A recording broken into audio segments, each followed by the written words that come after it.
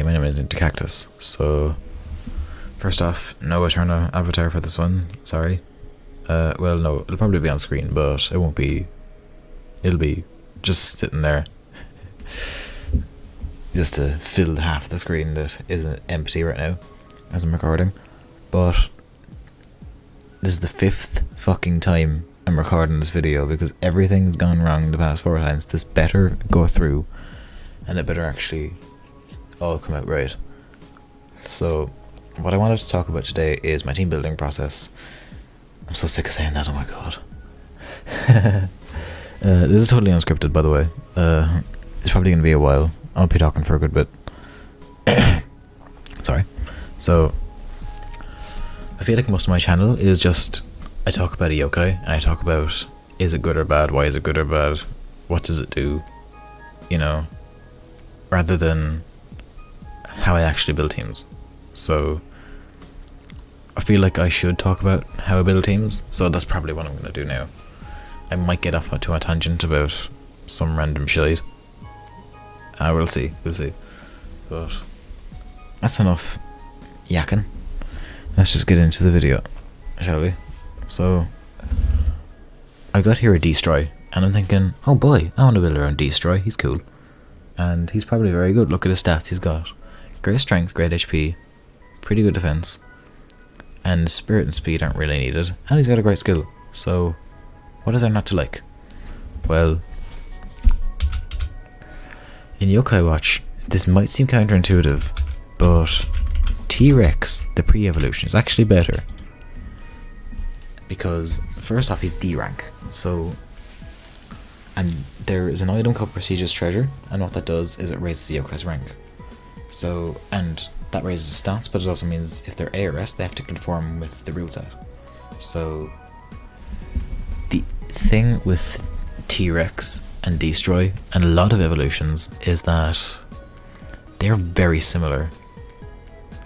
Like, Destroy is pretty much just T-Rex but with a better stat spread.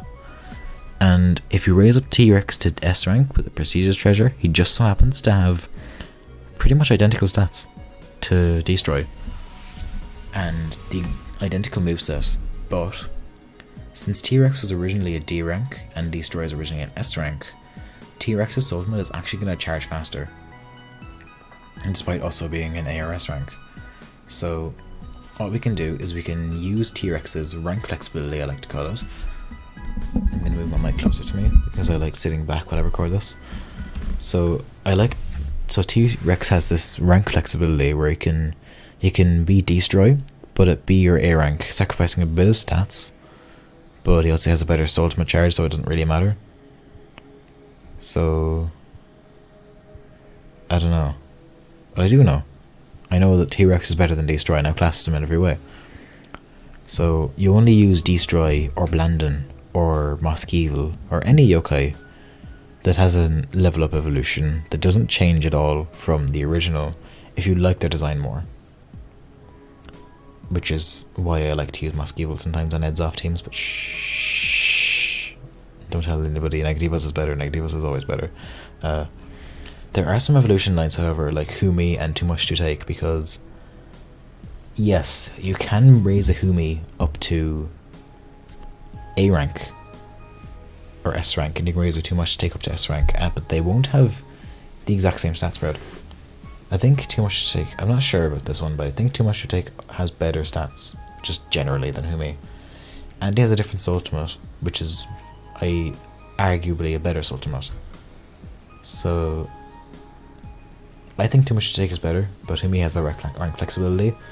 But it's a nice evolution line because they're still separate. Meanwhile, T-Rex and Destroy, they're basically the same yokai, but with the added benefit on T-Rex's side of a slower charging or a faster charging ultimate and rank flexibility.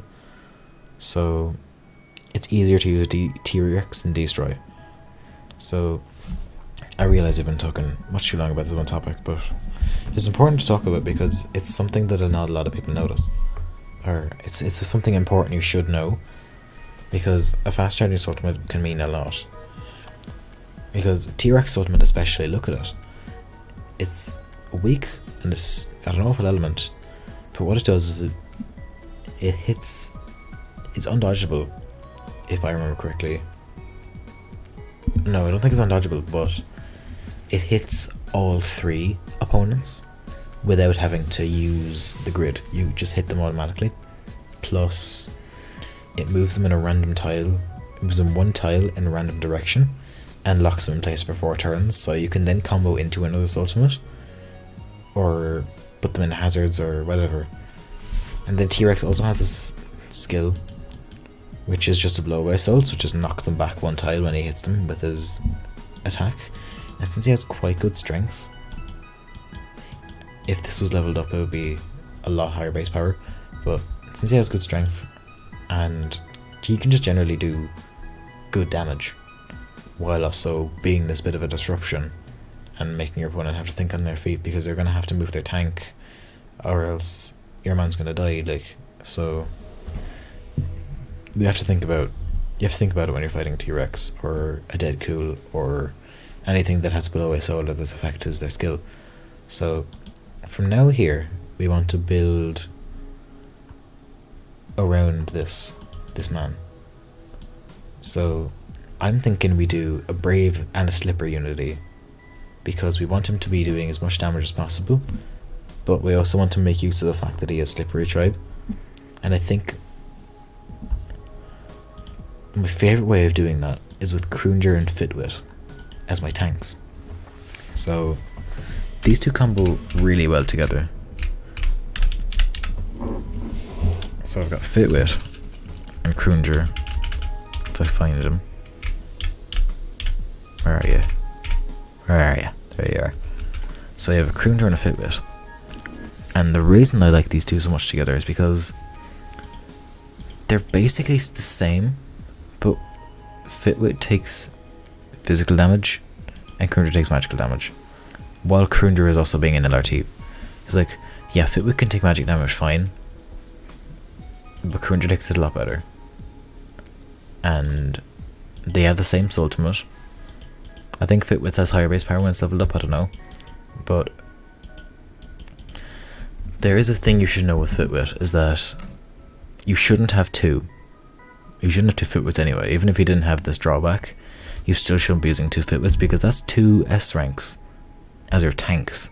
Do you really want to be using S ranks, 2 S rank slots on tanks? Because I know I wouldn't. So what you want to use these soul gems or skills really sparingly because of decisive blow. So I think having 1 on the team that doesn't rely on it as their main attacker is fine, even if it does rely on it, like a bit better team for example, or a Wacko Lantern team. Unless it's on your dumb cap, I really don't think you should have more than 1 HP soul, because it's just gonna get absolutely fucking slaughtered by this Devil or Komanubis ultimate spam or anything that uses anything with decisive blow. It's just gonna get torn apart.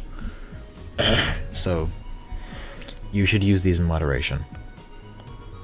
And then even if Fitwit gets destroyed by decisive blow, you still have Croonger there to come in and do great tanking, because Croonger, despite what the stats would tell you, actually has really good tanking potential. Because if you've watched my Croonger video, you'd know this already, but looking at the skill, it says has extremely high chances to guard, but this is actually really badly translated. What it actually means is doubles the effects of guard. So it goes from having all damage at whatever point of the calculation to quartering it. So if Croonger had actual defense stats, he'd be a fucking menace, is what I'm trying to say. But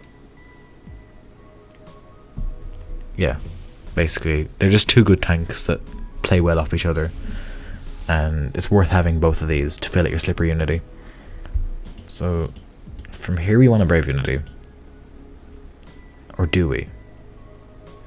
Because we could follow up and make a Brave unity, or we could use a Don-chan here to boost what's his name? T-Rex. I don't know why he's called Bunk. We could use Danchan here to boost him.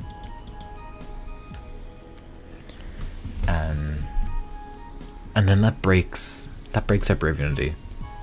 And Heartful Unity is not going to do anything here. So this is kind of freeing in a way because it lets us play around with our team more. We don't have to stick to using Samaril or something as our booster, because we can just ignore the Brave Unity altogether and go with the Danchan and 2 other strong yokai, which is exactly what I'm going to do, because this team needs more ultimate coverage. It's exactly what it needs.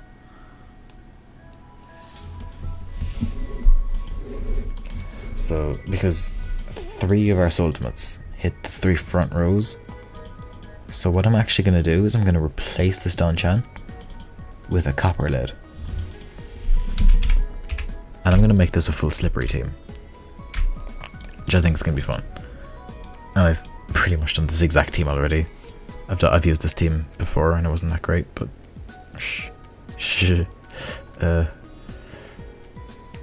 so Copper Lead himself doesn't directly boost it, he actually uses his ultimate for it. So that was the most American I've ever sounded. Ugh. I hate Americans.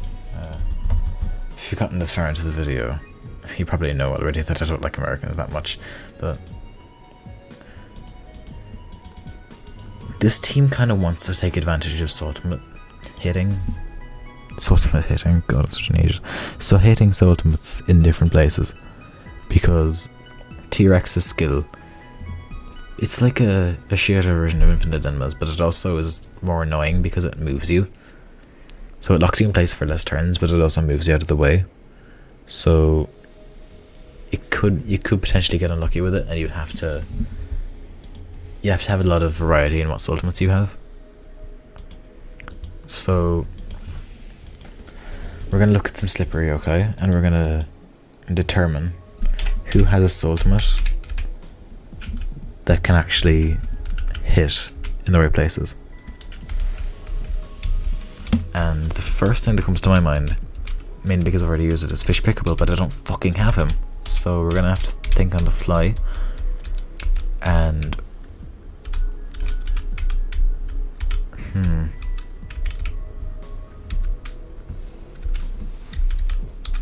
you know what could be fun actually? Forgetmenot, but not as a healer.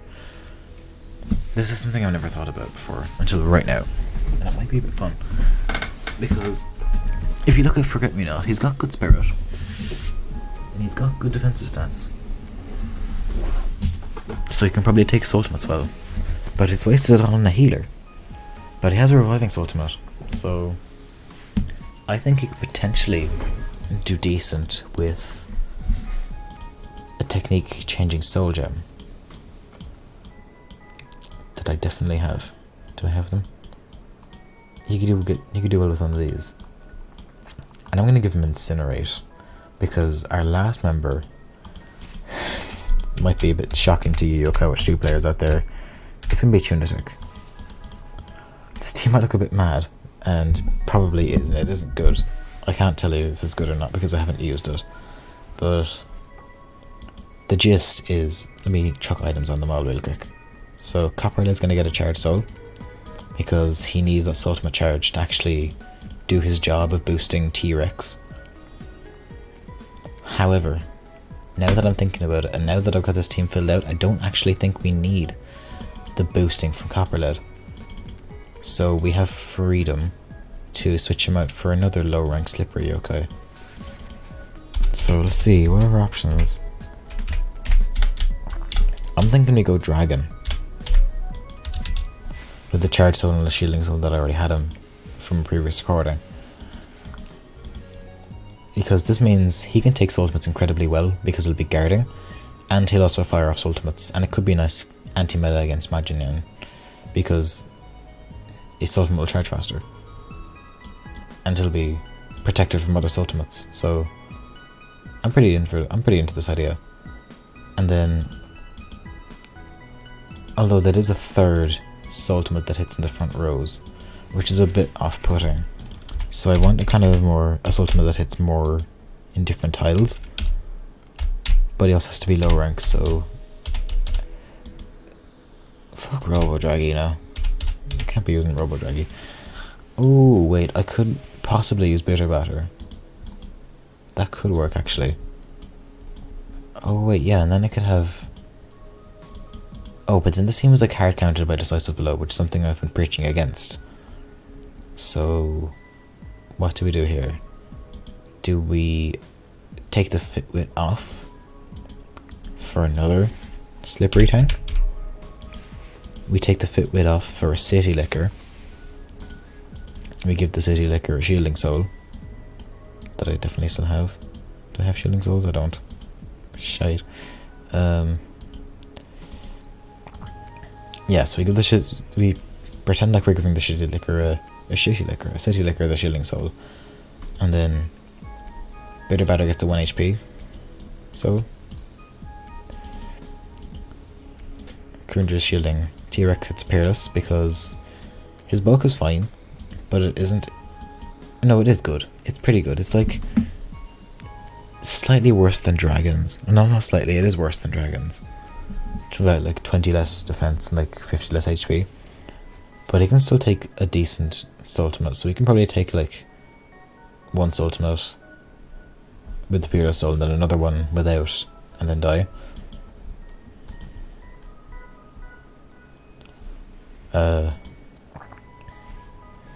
I was down about I got distracted. Yeah, so we'll say he gets down to 1 and then we move. Oh, and we just move like that. But then at the same time that also does clash with the Forget-Me-Not, because we also want him to be a magic attacker and a healer.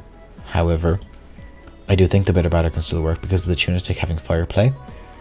The Tunatic is already boosting fire for Forget-Me-Not, so I think him boosting fire off Bitter Batter as well is going to be really nice. So yeah, I'm actually pretty happy with how this came out. It's better than my other all slippery team. So basically, if you want to try this at home, I'll leave the full team in the description. But what you want to do is just have Bitter Batter with his soul take down to 1 HP. Then once he gets down to 1 HP, move him, and then switch them in and out as much as you need. Use City Licker's ultimate only if he's low and he needs to heal back up, because that's when it's important, and that's actually why he's good as a tank. And Tunatic is really only there to boost fire and for ultimate coverage. But these two also benefit of it, so you can use him or him as a backup in case they die off his ultimate or something, or off Decisive Blow, because Bitter Batter will die off Decisive Blow. Like, guaranteed. He will.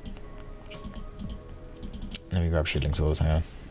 Need to take him off some other yokai from previous recordings of this video that I scrapped. Where are they? You.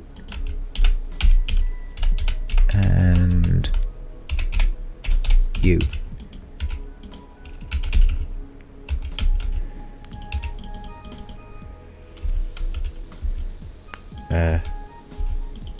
Yeah, I'm going into the teams.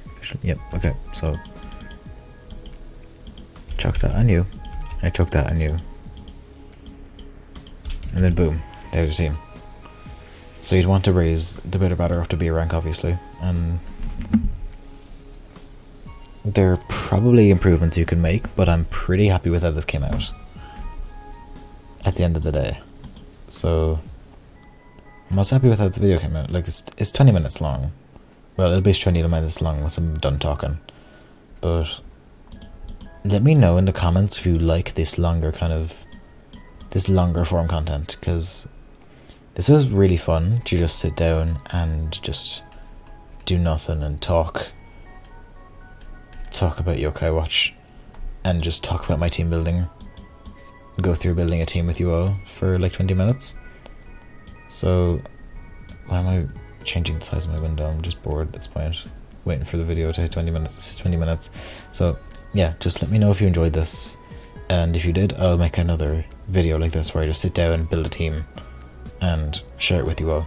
So, that's about it. I'm not going to do the fucking critical outro. Goodbye.